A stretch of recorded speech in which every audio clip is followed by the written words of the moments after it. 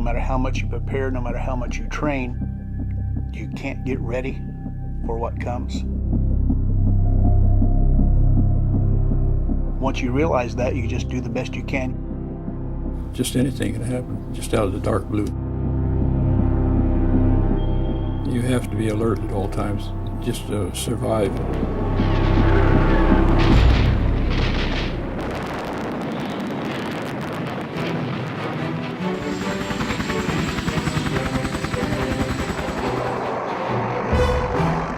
From the air, I have a different perspective of the battlefield. I get to see ground forces attack buildings and ground forces take out bad guys.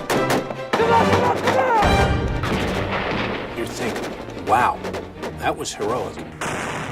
But then you see it night after night after night, and you wonder, where do we get these guys?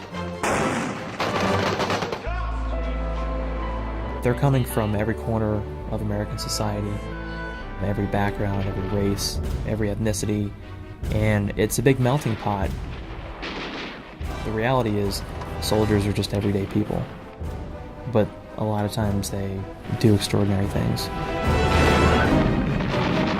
I've seen a lot of heroism. There's the fact that they're just going out there to do the job, knowing they might not come back home. That's a true hero in my eyes.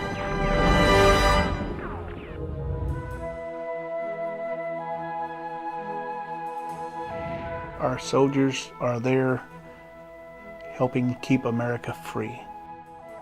They're serving we the people. I think it goes beyond the desire to just serve your country, because once you get to know people that you work alongside, you prepare to deploy with, you go to combat with, then you get to the point where you're fighting for the guy to your left and right.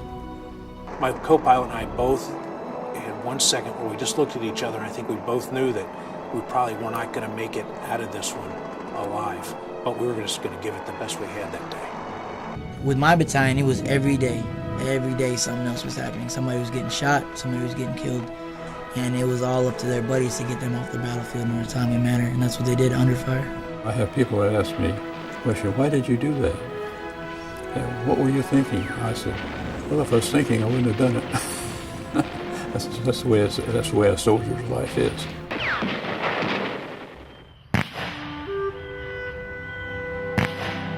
Over 1.3 million Americans have fought and died throughout our history. That's a substantial number of people who have given their all and paid the ultimate sacrifice. Some are grievously wounded. I have some buddies that have been wounded in that fashion.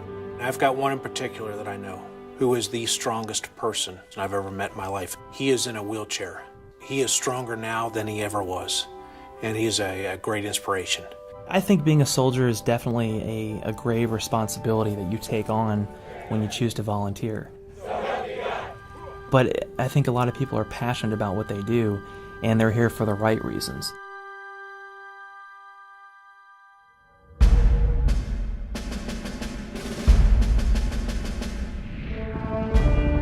If any one of us had not done the job that we were able to accomplish, I'm not sure any of us could have survived, because there were just 42 kids against 1,500 of the enemy.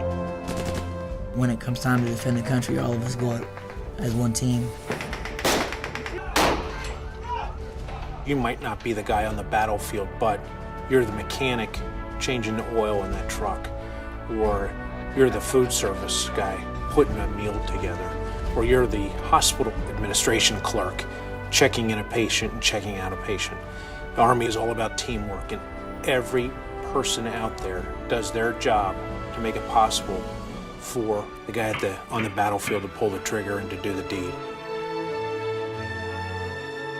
The family is really the foundation for what makes a soldier successful. They support us, they sustain us, and they propel us forward to where we can accomplish what we have to get done to defend our country. And these families that are seeing repeated rotations for their loved ones going overseas are the heroes of America right now. That's a fact. In my opinion, the generation that is serving today is the greatest generation.